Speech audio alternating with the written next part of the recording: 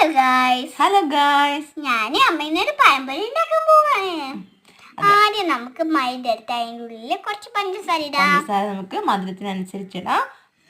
പഴത്തിന്റെ മധുരം കൂടി നോക്കിയിട്ട് നമുക്ക് അതിന്റെ പഞ്ചസാര കറക്റ്റ് ആയിട്ട് ഇടാം. അതിലേക്ക് കുറച്ച് ഉപ്പ്, അത് നമുക്ക് മധുരം ബാലൻസ് ചെയ്യാൻ വേണ്ടി കുറച്ച് ഉപ്പ് ഇട്ട് കൊടുക്കാം. അതിനുശേഷം കളറിന് വേണ്ടി എന്ത് ചേർക്കുന്നത്?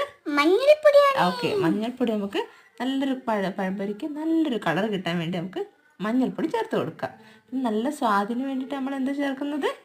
ഏലക്കപ്പൊടി. ഓക്കെ, അതിനുശേഷം നമുക്കൊരു മുട്ടയും കൂടി പൊട്ടിച്ചൊഴിച്ച് കൊടുക്കാം. നമുക്ക് നല്ല ഹെൽത്തിയാണ്, നല്ല സ്വാദും കിട്ടും. അങ്ങനെ നമ്മളെല്ലാം അതിന് വേണ്ടി ഇൻഗ്രീഡിയൻസ് മുഴുവൻ ചേർത്തിട്ടുണ്ട്. ഇത് നമ്മൾ അതിലോട്ട് എന്തൊഴിക്കണം? കുറച്ച് വെള്ളം ഒഴിക്കുക. ഓക്കെ, നമ്മളത് മിക്സ് ആക്കിയതിന് ശേഷം നമുക്കതിലേക്ക് കുറേശ്ശെ വെള്ളം ഒഴിച്ചു കൊടുക്കാം. അങ്ങനെ നമുക്ക് കൃത്യമായൊരു ബാറ്റർ റെഡിയാക്കി എടുക്കാം. അധികം ലൂസ് ആവാനും പാടില്ല, അധികം ടൈറ്റ് ആവാനും പാടില്ല. അങ്ങനെ നമുക്ക് കുറേശ്ശെ വെള്ളം ഒഴിച്ചു കൊടുത്ത് ഇളക്കി നമുക്ക് ബാറ്റർ റെഡിയാക്കാം. അധികം ലൂസായാൽ നമുക്ക് ആ പഴംപൊരി റെഡിയായി കിട്ടില്ല. അതുകൊണ്ട് നമുക്ക് കുറേശ്ശെ വെള്ളം ഒഴിച്ചു കൊടുക്കണം.